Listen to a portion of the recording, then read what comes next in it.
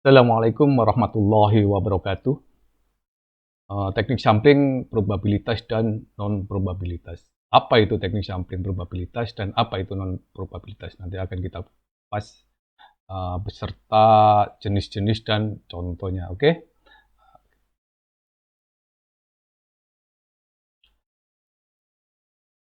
Teknik sampling merupakan suatu prosedur atau cara bagaimana kita bisa mengambil sebuah sampel dari sebuah populasi yang akan kita gunakan dalam sebuah penelitian.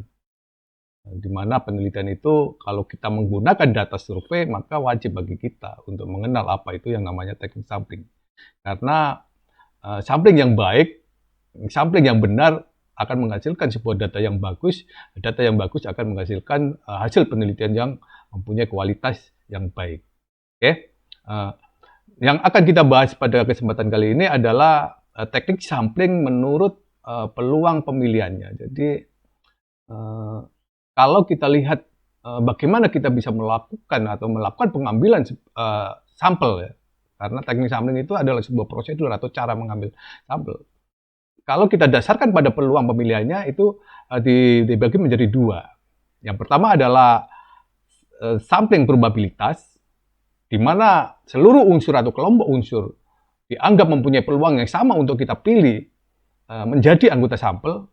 Kemudian yang kedua adalah sampling non-probabilitas. Jadi dia tidak mempunyai probabilitas yang sama. Setiap unsur itu tidak kita perlakukan secara sama ya. Karena nanti akan kita bahas secara detail tentang apa itu sampling non-probabilitas. Oke.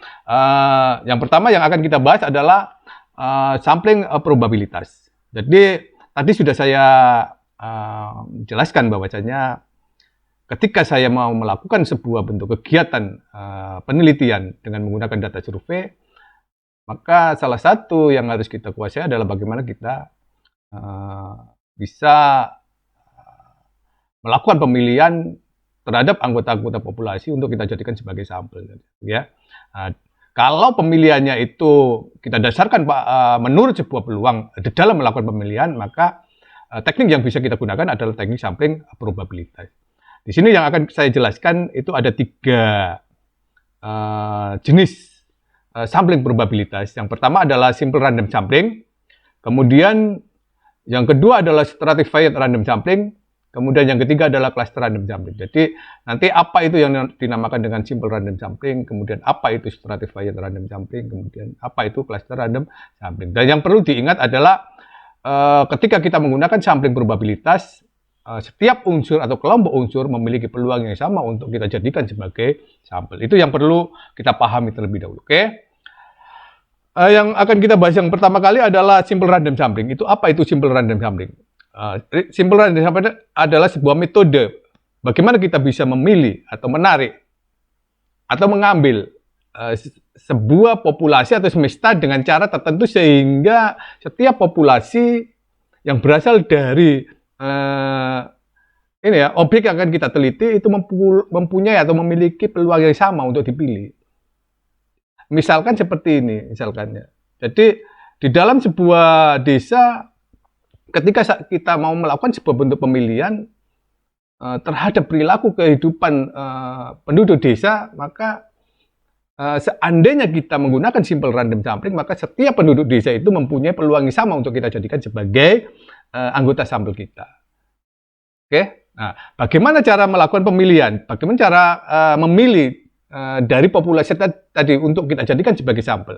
Itu bisa kita misalkan setiap penduduk itu atau kita menggunakan nomor induk penduduk itu ya, NIP-nya penduduk, nah itu kita random. Bagaimana caranya? Ya kita bisa menggunakan mesin pembangkit bilangan acak atau kita bisa melakukan pengundian. Cara-cara seperti itu bisa kita gunakan untuk melakukan pemilihan terhadap anggota sampelnya berasal dari populasi yang akan kita teliti tadi. Nah, kita tidak akan memperlakukan setiap anggota populasi itu berbeda karena tadi dasar dalam teknik sampling probabilitas adalah setiap unsur atau kelompok mempunyai peluang yang sama untuk kita jadikan sebagai anggota sampel. Itulah yang namanya simple random sampling. Jadi populasi kemudian kita pilih secara acak, bisa mekanismenya bisa kita menggunakan pembangkit bilangan acak atau kita bisa menggunakan undian. Misalkan anggota-anggota populasi tadi kita kasih nomor atau identitas apa, kemudian kita undi untuk kita jadikan yang terpilih akan kita jadikan sebagai anggota sampel. Itulah yang dikatakan sebagai simple random sampling. Misalkan satu contoh seperti ini. Saya akan melakukan sebuah bentuk penelitian. Judulnya model pembiayaan pendidikan dasar di Jawa Timur, misalkan seperti itu. Populasi yang ada itu adalah seluruh SD yang ada di Jawa Timur. Berapa ribu SD yang ada di Jawa Timur. Nah, kalau kita menggunakan semua SD itu, maka kita akan membutuhkan sumber daya yang sangat besar, waktu yang sangat lama, biaya yang sangat besar. Maka kita bisa melakukan penelitian dengan menggunakan data sampel. Caranya gimana caranya? Kita salah satu cara melakukan atau mengambil data atau mengambil sampel itu adalah dengan menggunakan simple random sampling. Jadi terhadap seluruh SD tadi dilakukan pemilihan secara random tanpa melakukan pengelompokan. Jadi tidak kita kelompokkan. Jadi kita random. SD-nya misalkan kita kasih angka 1, 2, 3, 4 mulai dari Surabaya, Jawa Timur, Surabaya, misalkan dari Magetan, kecil itu semua SD-nya kita data, kemudian kita kasih nomor, kemudian kita acak. Dalam pemilihannya itu kita acak atau kita undi. SD mana yang terpilih, SD mana yang terpilih, SD 1 yang satu, SD kemudian selanjutnya kita acak lagi terus seperti itu sampai pada seluruh kebutuhan kita akan jumlah dari sampel itu terpenuhi. Nah, kalau saya ilustrasikan seperti ini ya. Misalkan ini ada SD-nya terdiri dari 100 misalkan. 100 SD populasinya. Nah, dari SD 1, 2, 3 ini kita kasih angka 1 sampai 100. Baru setelah itu kita menggunakan pembangkit ya, mesin pembangkit untuk bilangan acak. Mana angka yang keluar itu kita jadikan sebagai anggota sampel kita. Misalkan yang pertama 38, maka SD 38 kita masukkan ke dalam anggota sampel. Kemudian angka selanjutnya berapa yang keluar? 4. SD 4 itu kita jadikan sebagai anggota sampel. Kemudian selanjutnya SD 52 misalkan. Nah, SD 52 kita jadikan anggota sampel. 13, SD 13 kita jadikan sampel. Itulah salah satu cara bagaimana kita menggunakan atau mekanisme di dalam menggunakan simple random sampling untuk kita jadikan atau memilih anggota sampel yang akan kita jadikan sebagai data penelitian kita. Kemudian selanjutnya yang akan kita bahas adalah teknik sampling probabilitas untuk stratified random sampling. Di mana stratified random sampling biasanya digunakan pada populasi yang mempunyai peringkat atau berstrata. Itu ilustrasinya seperti ini. Ketika kita mempunyai sebuah populasi, kemudian dia sudah mempunyai sebuah peringkat-peringkat, maka itu bisa kita jadikan sebagai dasar di dalam melakukan pemilihan anggota sampel berdasarkan strata. Contohnya misalkan saya mau melakukan sebuah bentuk penelitian terhadap perilaku siswa. Tidak dibedakan apakah siswa itu siswa SD, SP, SMA, atau perguruan tinggi. Pokoknya perilakunya siswa di suatu daerah misalkan. Maka karena kondisi pembagian siswa di Indonesia itu sudah terbagi dari siswa SD, SMP, SMA, perguruan tinggi, maka itu bisa kita jadikan sebagai strata untuk kondisi siswa. Jadi nanti strata yang akan kita gunakan atau peringkingan atau pemeringkatan yang akan kita gunakan adalah status dari siswa itu tadi. Apakah dia statusnya sebagai siswa SD, SMP, SMA, atau perguruan tinggi. Nah, itu strata itu yang akan kita gunakan. Atau misalkan seperti ini. Kalau saya mau melakukan sebuah bentuk penelitian terhadap UMKM misalkan. Di suatu daerah. Maka kita bisa menyusun UMKM tadi berdasarkan sebuah strata. Atau kita mengelompokkan UKM tadi berdasarkan sebuah strata. Di mana stratanya itu kita dasarkan pada omset penjualan misalkan. Misalkan strata pertama UMKM dengan omset kurang dari 1 juta. Kemudian peringkat kedua atau strata kedua kita buat UMKM dengan omset antara 2 juta sampai 5 juta dan seterusnya. Nah, Nah, itu bisa kita jadikan sebagai dasar di dalam menyusun sebuah populasi berdasarkan strata-strata. Atau kalau memang populasinya sudah mempunyai susunan peringkat atau strata tersendiri, itu bisa kita gunakan sebagai dasar di dalam melakukan pemilihan anggota sampel. Oke? Nah, misalkan seperti ini, misalkan ya, ketika saya mempunyai sebuah populasi, kemudian kita pecah menjadi beberapa strata. Dari strata itu nanti kita ambil anggota yang akan mewakili setiap strata untuk kita jadikan sebagai sampel. Jadi setiap strata nanti akan kita ambil anggotanya secara random. Karena kita menggunakan teknik sampling probabilitas, maka pemilihan berdasarkan probabilitasnya itu ada pada saat ketika kita memilih anggota sampel dari masing-masing strata. Oke ya? Nah, contohnya misalkan seperti ini. Populasi UMKM di sebuah provinsi ada 1000 misalkan ya. Kemudian saya kelompokkan menjadi 5 strata. Yang pertama strata A itu kurang dari 1 juta. Kemudian yang ke B itu antara 3 sampai 5 juta. Yang C 6 sampai 10 juta. Kemudian yang D itu 11 sampai 50 juta. Oke. Kemudian yang E itu 50 juta ke atas. Kemudian kita menetapkan jumlah sampel yang akan kita gunakan untuk kegiatan penelitian kita adalah 258. Sedangkan setiap strata itu anggotanya misalkan A-nya itu 50, B-nya itu 300, C-nya itu 500 UMKM, D-nya itu 100 UMKM, kemudian E-nya itu 50 UMKM.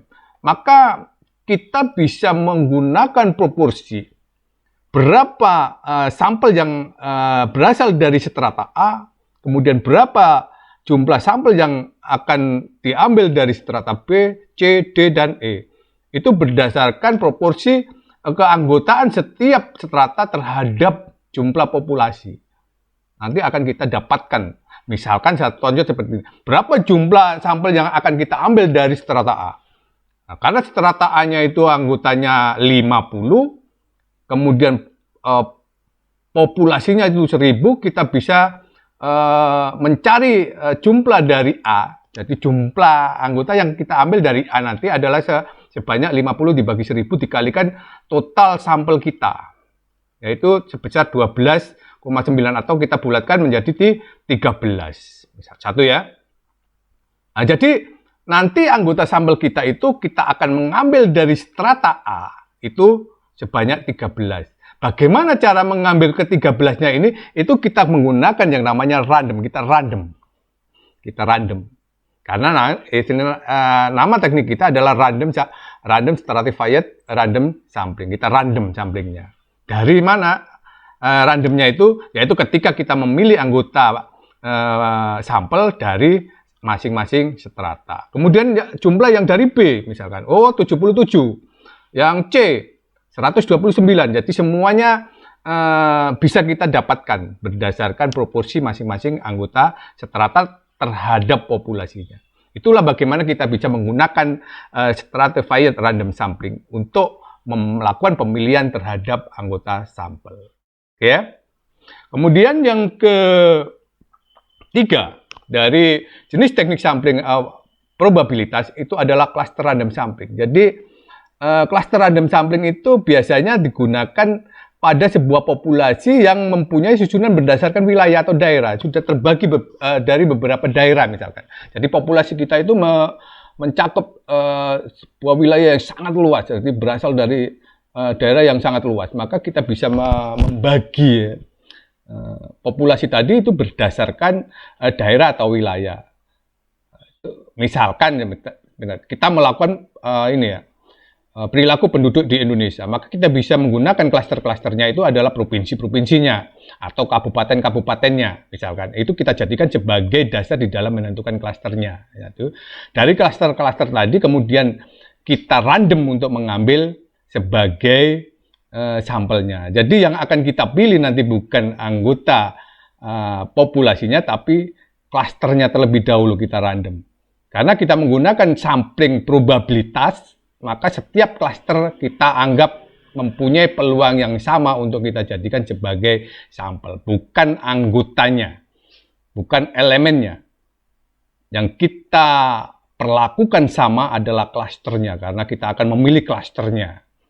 Misalkan ada 34 provinsi di Indonesia, maka setiap provinsi mempunyai peluang yang sama untuk kita jadikan sebagai sampel kita. Misalkan yang terpilih ternyata Irian Barat, Papua, kemudian Nusa Tenggara Timur, kemudian Jawa Timur, kemudian Jawa Tengah, kemudian Lampung, Aceh. Nah, itu klasternya yang kita pilih.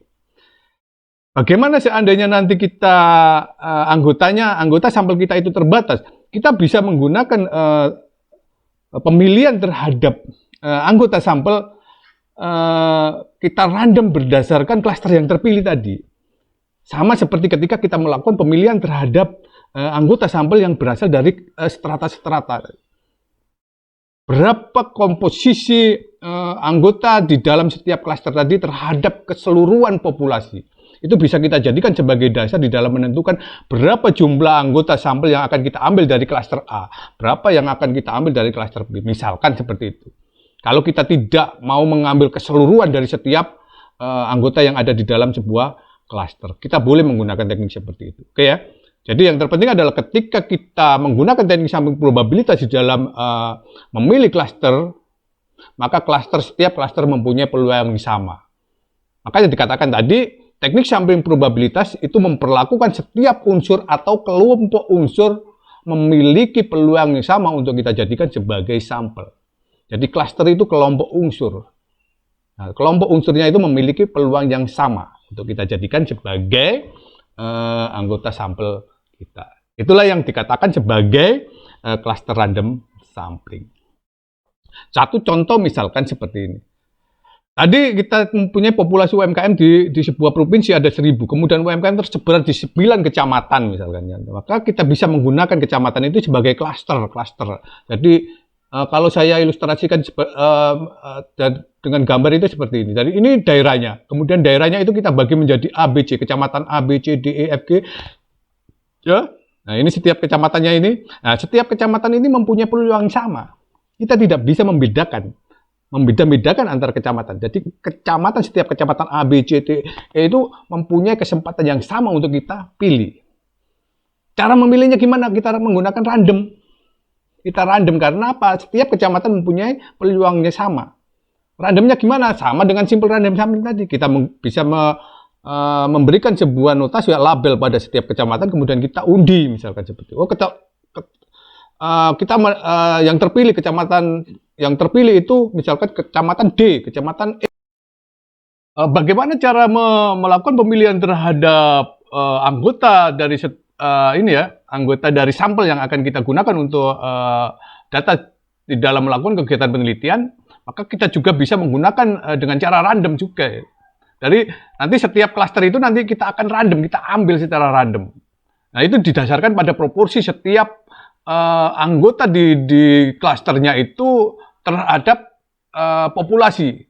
Jadi proporsi dari setiap klaster yang kita pilih itu kita bandingkan berdasarkan populasi yang ada, misalkan seperti itu ya. Sama seperti ketika kita melakukan pemilihan terhadap anggota-anggota yang akan kita jadikan sebagai sampel kita berdasarkan setiap klaster. Nah, begitu juga dengan sampel daerah seperti ini, klaster ini. Jadi pada tahapan terakhir ketika kita memilih anggota pada titik individunya, maka setiap individunya nanti akan kita pilih berdasarkan proporsi yang ada pada setiap klasternya ini. Jadi, sama seperti tadi perhitungannya ya. Misalkan di sini anggotanya kelas A itu ada 200, ini 300, ini 700. 600 misalkan. Oh ini boleh kita gunakan jumlah perbandingan. Nanti dari A itu kita ambil berapa, dari C itu kita ambil dari berapa, dari F kita ambil berapa. Itu secara random. Kalau jumlahnya itu kan kita bisa melakukan perhitungan berdasarkan komposisi tadi, kemudian teknik pengambilannya itu kita bisa menggunakan random. Oke ya. Kita lanjutkan. Nah, ini perbedaan antara stratified random sampling dan cluster random sampling ya. Ada perbedaannya. Nah, kalau sebenarnya ya kalau kita menggunakan stratified random sampling, maka setiap strata ini nanti untuk kita jadikan sebagai anggota sampel, itu kita menggunakan komposisi tadi, proporsi dari setiap strata terhadap populasi, jumlah populasi. Dan itu anggotanya itu didasarkan pada komposisi tadi. Tapi berbeda ketika kita menggunakan yang namanya cluster random sampling. Cluster random sampling itu dia yang akan kita pilih itu adalah sebenarnya klasternya. Seluruh anggota yang ada di dalam cluster secara otomatis akan menjadi anggota sampel kita.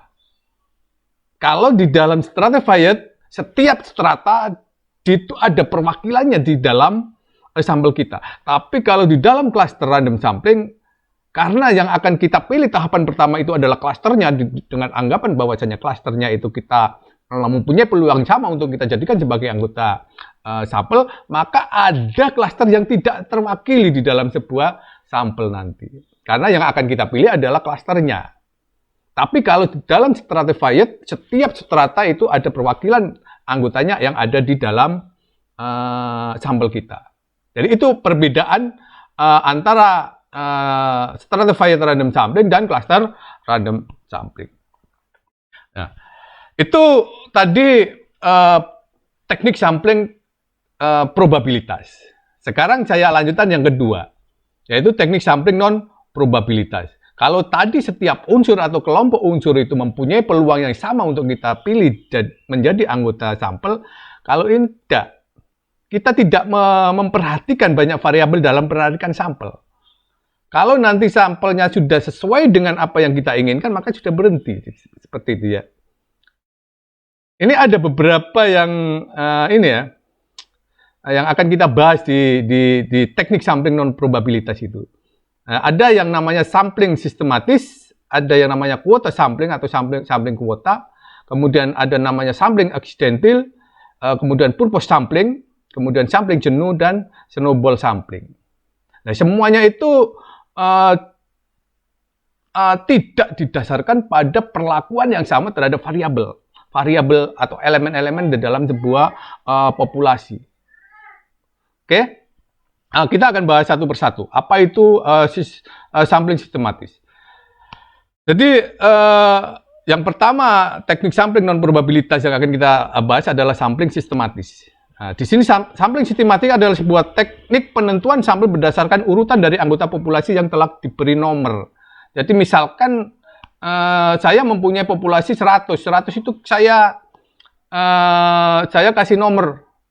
Kemudian kita membuat sebuah urutan, misalkan sebuah kelipatan yang akan kita jadikan sebagai anggota sampel kita. Misalkan 5, 10, 15, 20, 25 misalkan. Jadi setiap populasi yang mempunyai nomor sistematis tadi itu secara otomatis akan menjadi anggota sampel kita. Atau misalkan kita ambil yang bilangan prima saja yang akan kita ambil misalkan. Itu kan sistematis ya. Oke. Atau yang ganjil saja misalkan. Tapi tahapan awal yang harus kita lakukan adalah memberikan sebuah label kepada setiap anggota populasi kita. Baru setelah itu kita akan menentukan sistemnya gimana di dalam melakukan pemilihan untuk anggota sampel kita. Itulah yang dikatakan sebagai sampling sistematis. Oke. Kemudian yang kedua adalah kuota sampling. Kuota sampling itu kita dasarkan pada sebuah karakter ciri khusus. Misalkan kalau saya mau melakukan sebuah bentuk penelitian, ada beberapa ciri, misalkan 4 ciri. Nah, masing-masing ciri itu kita kasih kuota. Ciri ini kita kasih kuota 50, yang ini kita kasih kuota 50, ini 30, ini 40 misalkan. Jadi kita berdasarkan identifikasi terhadap karakteristik pada sebuah populasi.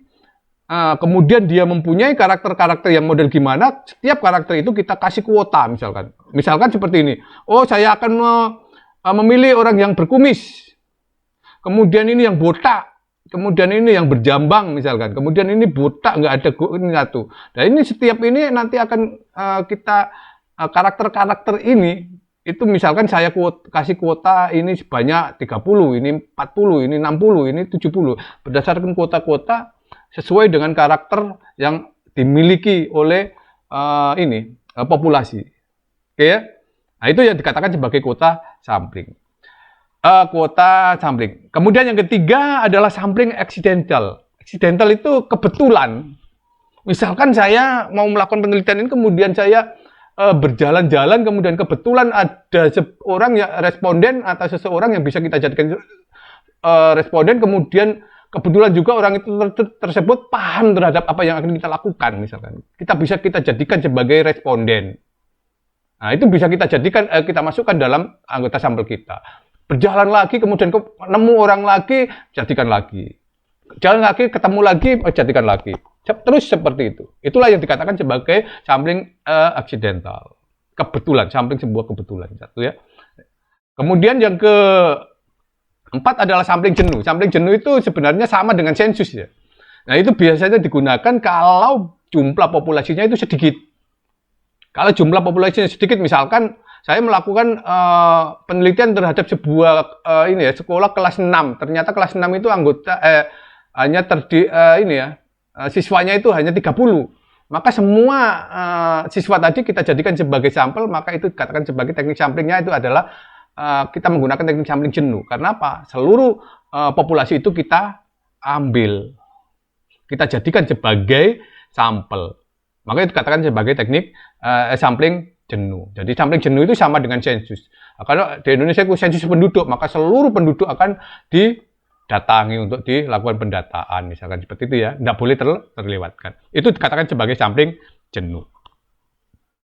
Kemudian purpose sampling. Purpose sampling itu adalah sebuah bentuk pemilihan sampel didasarkan pada tujuan apa kita melakukan penelitian. Jadi penuntut sampel itu dengan melakukan pertimbangan. Misalkan salah contoh seperti ini, saya mau melakukan bagaimana sih cara belajar siswa yang mempunyai IQ di atas 200. Kita tidak perlu mengambil siswa-siswa yang IQ-nya 100, 150, yang akan kita jadikan sampel adalah siswa yang punya IQ di atas 200. Jadi sampel yang kita pilih itu berdasarkan kita itu melakukan apa. Nah, penelitian kita itu tujuannya untuk apa. Nah, jadi pemilihan sampelnya itu merujuk kepada tujuan daripada kegiatan penelitian kita. Itulah yang dikatakan sebagai purpose sampling. Biasanya rata-rata penelitian kualitatif itu menggunakan purpose sampling. Kita menggunakan purpose sampling. Adalah yang keenam, itu snowball sampling. Jadi snowball sampling itu adalah sebuah teknik penentuan sampel yang mula-mula jumlahnya itu sedikit, satu, kemudian sampel ini yang tadi ya, kita jadikan sampel itu kita minta untuk merekomendasikan teman-temannya untuk kita jadikan sebagai sampel dan seterusnya. Dia akan berlipat sehingga sampai sampai kebutuhan atau jumlah sampel kita terpenuhi. Jadi misalkan ilustrasinya itu ini sampel kita pertama ya. Sampel kita pertama 1 orang. Kemudian dari 1 orang itu merekomendasikan 3 orang. Nah, dari 3 orang itu setiap orang itu merekomendasikan 3. Jadi semakin banyak, akan semakin banyak. Itulah yang dikatakan sebagai snowball. Jadi mulai bola itu kecil, kemudian menggelundung, jadi besar, akan semakin besar. Seperti itu ya. Nah, jadi teknik ini itu merujuk kepada bagaimana bola salju itu menggelinding, istilahnya kan seperti itu. Kan dari kecil sampai besar, semakin besar. Itulah yang dikatakan sebagai snowball sampling. Oke. Nah, ini juga biasanya penelitian yang kualitatif itu biasanya menggunakan snowball sampling model seperti ini. Oke. Nah, itu adalah 6 teknik sampling yang tidak didasarkan pada sebuah peluang atau perlakuan khusus terhadap unsur atau kelompok unsurnya. Makanya dikatakan sebagai teknik sampling non probabilitas. Dia tidak memperlakukan unsur atau kelompok unsur itu mempunyai peluang yang sama untuk kita jadikan sebagai anggota sampel kita. Oke? Itu yang bisa saya atau kita bahas tentang teknik sampling, apakah itu probabilitas atau itu non probabilitas. Oke? Terima kasih. Assalamualaikum warahmatullahi wabarakatuh.